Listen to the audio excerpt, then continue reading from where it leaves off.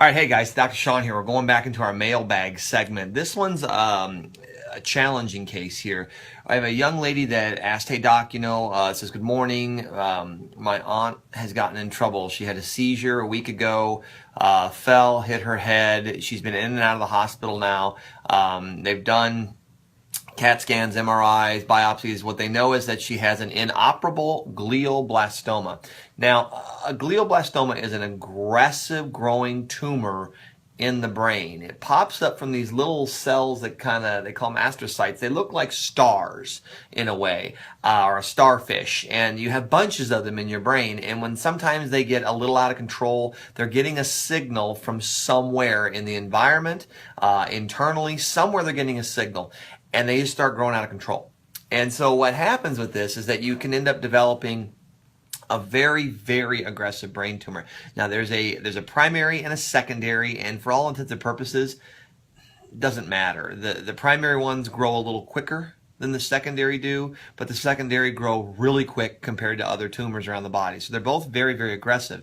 So she's wondering, what can you do for her? They're going to put her through, it looks like, intense physical therapy and occupational therapy that they're talking about. And they can't seem to get her in and get a bed for her at this time. They're trying to get her in, and they want to know, what would I do? How would I handle something like this?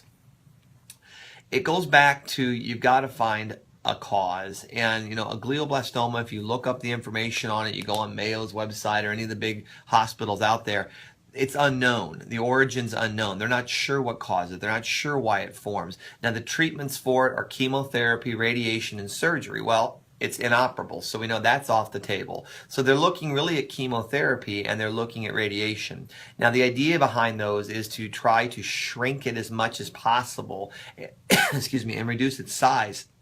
If you shrink it, it takes pressure off the surrounding tissue, because things that grow in the brain, that's one of the big problems, is as they get larger and they grow, they start pushing into stuff, and now they can affect speech and language and motor functions depending on where they're at. So the key to something like this is really a multifactorial approach. The standard care, again, is chemotherapy, radiation. But we know from other videos that I've done in the past, if you caught my cancer segment recently, that those particular therapies are, they're palliative at best. They're going to be a temporary Band-Aid. And so you're going to have to do more. You're going to want to figure things out. Now, the OTPT concept, that's, I'm assuming, because of the fall and that she has to regain some function. It kind of works like a stroke in that way. So looking at that from what I do, and how I would approach this. And I've seen a lot of different cases. I've seen a couple of these in my practice over the years. I've seen a lot of different cases, but different cancers, things like that, where people come through the door and they're looking for help. Now, we don't treat the disease specifically as much as you do the body. So the goal of this is to say, all right, let's restore normal function as much as possible. The body's in trouble. Something's growing inside, and you've got to look for a root cause. So we go back then and examine. Now, I like a 24-hour urine. I talk about that all the time. The urine allows you kind of a window inside to see, all right, where is the body spending its resources? So it needs a lot of fuel when it's fighting something like this. Where is it getting it from? Where is it spending its resources? And if you can figure that out, you have a really, really good shot at trying to slow things down. And when you're looking at tumors and things of that nature, there's all kinds of therapies out there that can affect brain function. Obviously, nutrition's critical. I think enzyme work is absolutely critical, because that's what your immune system is going to use to fight back. I'm a big fan of acupuncture. One of the styles I like the most that I do is a scalp-based system. It's designed to deal with stroke and internal medicine type disorders and things of that nature.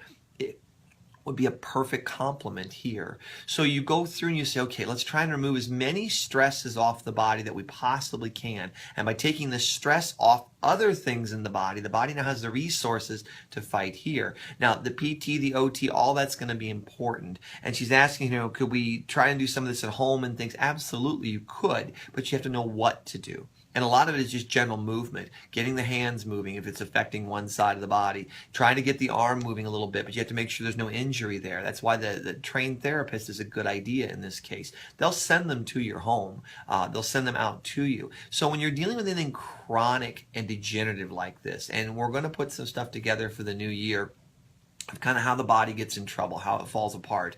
This is an area where you have to be very, very careful, and you have to respect what the body's doing, and it's in trouble. It needs a little bit of help here, and it's kind of a surprise from the sounds of it to the family. No one expected this. So here we are now saying, okay, how do we get past this? What do we do? You go through and follow through with what you're doing medically. That's fine. There's nothing wrong with that. But now you have to support the body. Support normal function. Give it what it needs. So I look at diet, its ability to digest that diet and get rid of its waste. And by all means, from the work that I do, you support immune function. Help your immune system to function. Now we have to go looking for the cause.